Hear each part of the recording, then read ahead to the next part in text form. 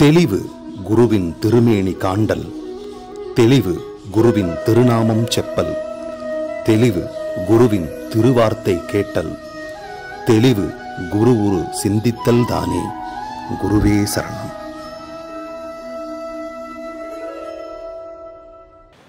வணக்கம், நான் உங்கள் ஆத்ம நண்பன் பேசுகிறேன்.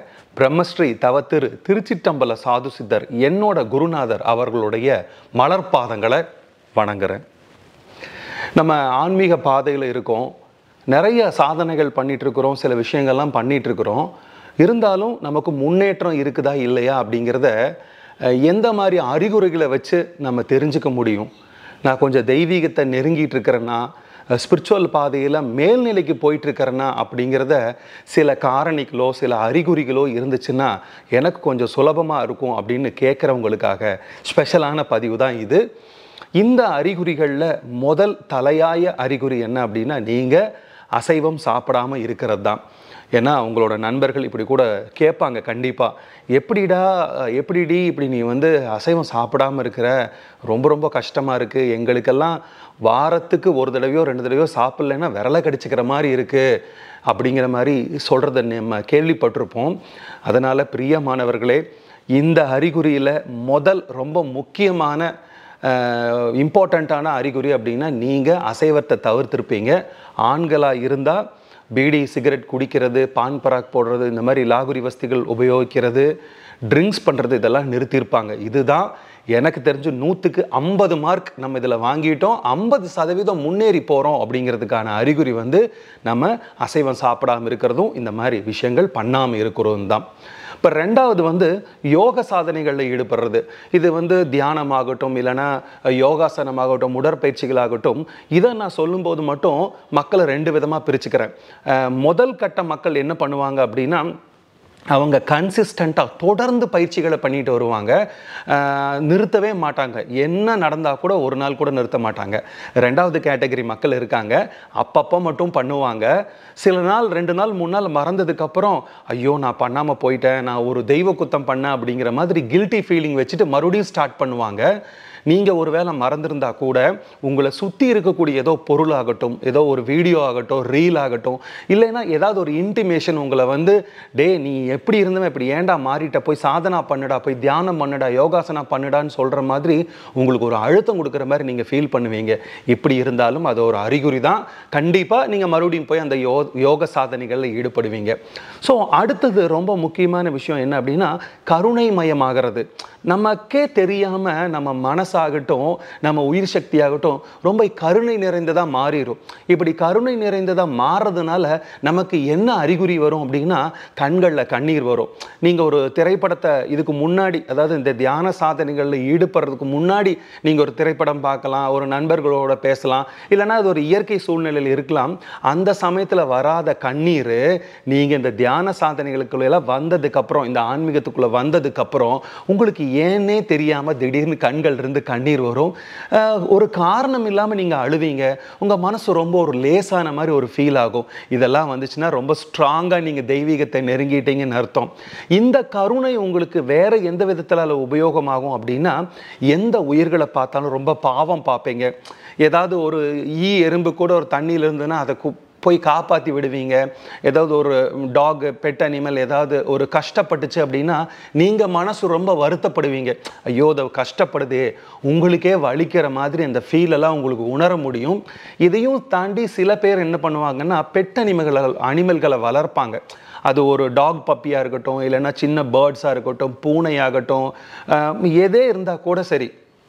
ஸோ இந்த மாதிரி என்ன பண்ணுவாங்க அப்படின்னா, மனிதர்கள் எல்லாம் இந்த மாதிரி பெட் அனிமல் கூட ரொம்ப க்ளோஸாக இருப்பாங்க.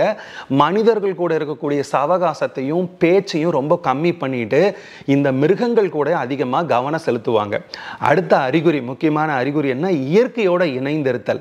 இந்த இயற்கையோட இணைந்திருத்தல் ரொம்ப முக்கியமான விஷயமா என்ன கருதப்படுது அப்படின்னா, ஒரு மரமாகட்டும், செடி கொடியாகட்டும், இல்லைன்னா பூக்களாகட்டும், இந்த இயற்கையில் எதே இருந்தாலும் சரி, ஒரு நீர்வீழ்ச்சி, மேகம், பறவைகள், பறவைகள், அந்த ஒரு சில்லுன்னு வர்ற காற்று, இதில் எல்லாம் உங்களுக்கு ரொம்ப இன்வால்மெண்ட் ஆகும்.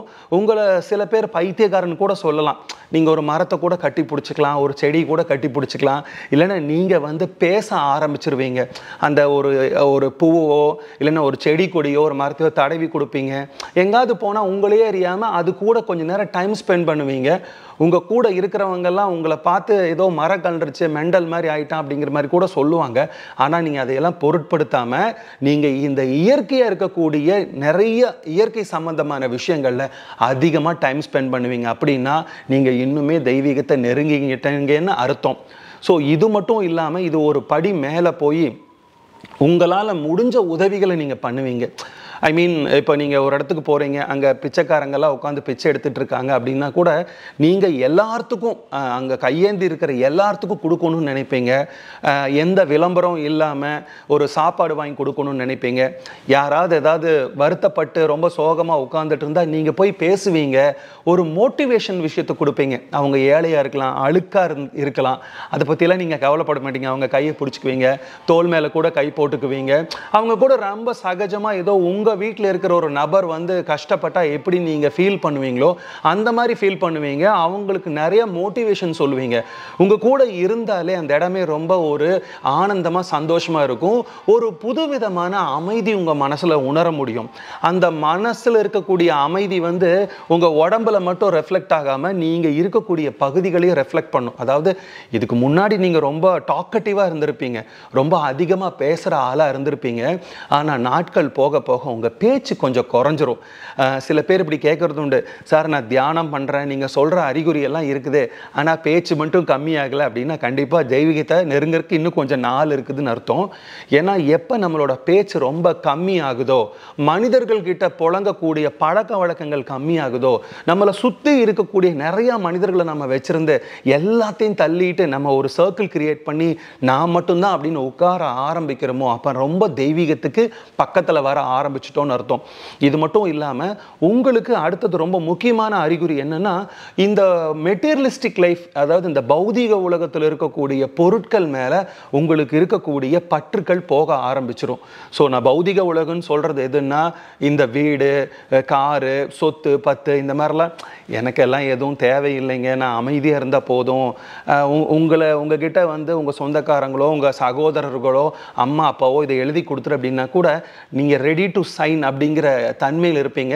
கேட்பாங்க, ஏன் உனக்கெல்லாம் நாளைக்கு உனக்குன்னு ஒன்றும் வச்சுக்கலையா, நாளைக்கு சேர்த்துலையாம்னா, இல்லை எனக்கு அதெல்லாம் தேவையில்லைங்க, யாருக்கு வேணால் நான் எழுதி கொடுத்துட்டு போயிடுறேன், என்னை விட்டால் போதும் அப்படிங்கிற ஒரு கண்டிஷனில் இருப்பீங்க. இதை தாண்டி இது மெட்டீரியலிஸ்டிக் லைஃப்பில் பொருட்களுக்கு மட்டும்தான் உங்கள் மேலே பற்று இல்லாமல் போகாமல் இருக்காது. அடுத்தது இன்னும் ஒரு உச்சக்கட்ட நிலைக்கு போய் சக மனிதர்கள், அதாவது நீங்கள் உங்கள் அம்மா அப்பாவாகட்டும், இல்லைனா பக்கத்து வீட்டுக்காரங்களாகட்டும், நண்பர்களாகட்டும், உறவினர்களாகட்டும், எல்லா மனிதர்களையும் சமமாக பார்க்கக்கூடிய தன்மையில் வந்துடுவீங்க. இது ரொம்ப ரொம்ப ரொம்ப ரொம்ப முக்கியமான ஒரு அறிகுறி. எப்படி அப்படின்னா, எல்லாத்தையும் சமமாக பார்க்க முடியாது. ஆனால் தெய்வீகத்தை நெருங்கக்கூடிய ஒரு ஆத்மானால தான் எல்லாத்தையும் சமமாக பார்க்க முடியும்.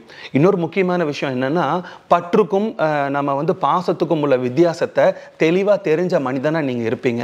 சார் பற்றுக்கும் பாசத்துக்கும் என்ன சார் வித்தியாசம் அப்படின்னா, இப்போ என்னோட அம்மா அப்பா, என்னோட மனைவி, என்னோட குழந்தைங்க, என்னோட பொருள் அப்படின்னு நமக்கு சொந்தமாக இருக்கக்கூடிய பொருளோ இல்லை மனிதர் மேலேயோ நம்ம அளவு கடந்த பற்று, அவங்க இல்லாமல் நம்ம இருக்க மாட்டோம், அவங்களுக்காக நம்ம வாழ்கிறது இப்படின்னு சொல்லிட்டு நம்மளோட உடல் பொருள் ஆவி நம்ம லைஃப்பை பூரா அதில் போட்டுட்டு சதா அவங்கள பற்றியே திங்க் பண்ணிட்டு இருப்போம். இதுக்கு பேர் பற்று. ஆனால் ஆன்மீகத்தில் இருக்கிறவங்க, தெய்வீகத்தை நெருங்கிட்டு இருக்கிறவங்க இந்த பற்றுக்களை எல்லாம் தள்ளி வச்சுக்கிட்டு பாசமாக இருக்க முடியும். இந்த பாசத்துக்கு என்ன சார் வித்தியாசம் அப்படின்னு கேட்டிங்கன்னா, நீங்கள் பாசங்கிறது எல்லாத்து மேலேயும் காமிக்க முடியும், பற்றுங்கிறது உங்களுக்கு தேவையான பொருள் மேலே, உங்கள் தேவையான நபர் மேலே தான் காமிக்க முடியும். இப்போ நீங்கள் பக்கத்து வீட்டில் இருக்க இந்த நாய்க்குட்டியிலிருந்து உங்கள் அம்மா அப்பா பொருள், இந்த சட்டை, மைக்கு, கேமரா எல்லாத்து மேலேயும் உங்களால் பாசம் காமிக்க முடியும். ஆனால் ஒரு சில பொருட்கள் மேலே தான் பற்று காமிக்க முடியும். அப்போது நீங்கள் என்னென்னா, ஒரு குறுகிய வட்டத்திலிருந்து ரொம்ப வைடனாக ரொம்ப வியாபிச்சு போயிடுவீங்க. உங்களையே அறியாமல் உங்களுக்கு ஒரு அமைதி ஆட்படும். சில நேரங்களில் இன்ட்யூஷன் வேலை செய்ய ஆரம்பிச்சிடும். அடுத்தது நான் சொல்லக்கூடிய முக்கியமான அறிகுறி, இது வந்து ஒரு 90% பாஸ் பண்ணி போகிறவங்களுக்கான அறிகுறி நான் சொல்லுவேன். அதாவது ஒரு மனுஷன் முன்னாடி வந்து உட்கார்ந்தா அவன் என்ன மாதிரி தாட்டில் வர்றான், என்ன தன்மையில் இருக்கிறான், உங்ககிட்ட என்ன மாதிரி ஒரு பாசிட்டிவான விஷயத்தை வச்சுருக்கான, நெகட்டிவான விஷயத்தை வச்சுருக்கானா அப்படிங்கிற விஷயத்த உங்களால் சென்ஸ் பண்ண முடியும். உங்களோட எல்லா சென்ஸும் ரொம்ப தீவிரமாக வேலை செய்ய ஆரம்பிச்சிடும். ஸோ அவன் உங்ககிட்ட என்ன கருத்துக்களை சொல்ல வர்றாங்களோ அது உங்களுக்கு முன்னக்கூட்டியே தெரிய ஆரம்பிச்சிடும். இது மட்டும் இல்லாமல் பிறப்பு இறப்பு இந்த மாதிரி விஷயங்கள் எல்லாம் உங்களுக்கு பிரபஞ்சம் கொண்டு வந்து சேர்த்த ஆரம்பிச்சிடும். இதெல்லாம் தாண்டி நீங்கள் தனிமையில் இருக்கும்போது உங்களுக்கு உய் அப்படின்னு ஒரு சத்தம் கேட்கும். இந்த சத்தத்தை நம்ம பிரபஞ்ச சத்தம்னு சொல்லுவோம். இதை இன்னும் கொஞ்சம் உள்ளே எடுத்துகிட்டு போனோம்னா உயிரோட சத்தம்னு சொல்லுவோம். நம்ம உடம்புக்குள்ளே அந்த சத்தம் எப்போ சதா கேட்டுக்கிட்டு தான் இருக்குது. இதை நீங்கள் யாராவது எக்ஸ்பீரியன்ஸ் பண்ணி பார்க்கணும் அப்படின்னா யாருமே இல்லாத இடத்துல, எந்த சப்தமே இல்லாத இடத்துல உட்காந்து பாருங்களேன். உயின்னு காதுக்குள்ளே உங்களுக்கு ஒரு சத்தம் கேட்குற மாதிரி இருக்கும். நிறைய பேர் இதை அனுபவிச்சிருப்பீங்க. ஸோ ஆன்மீகத்தில் ரொம்ப உயர போகிறவங்களாகட்டும், தெய்வீகத்தை நெருங்கிட்டு இருக்கிறவங்களுக்காகட்டும் இந்த சப்தம் எப்போவுமே கேட்டுக்கிட்டே இருக்கும்.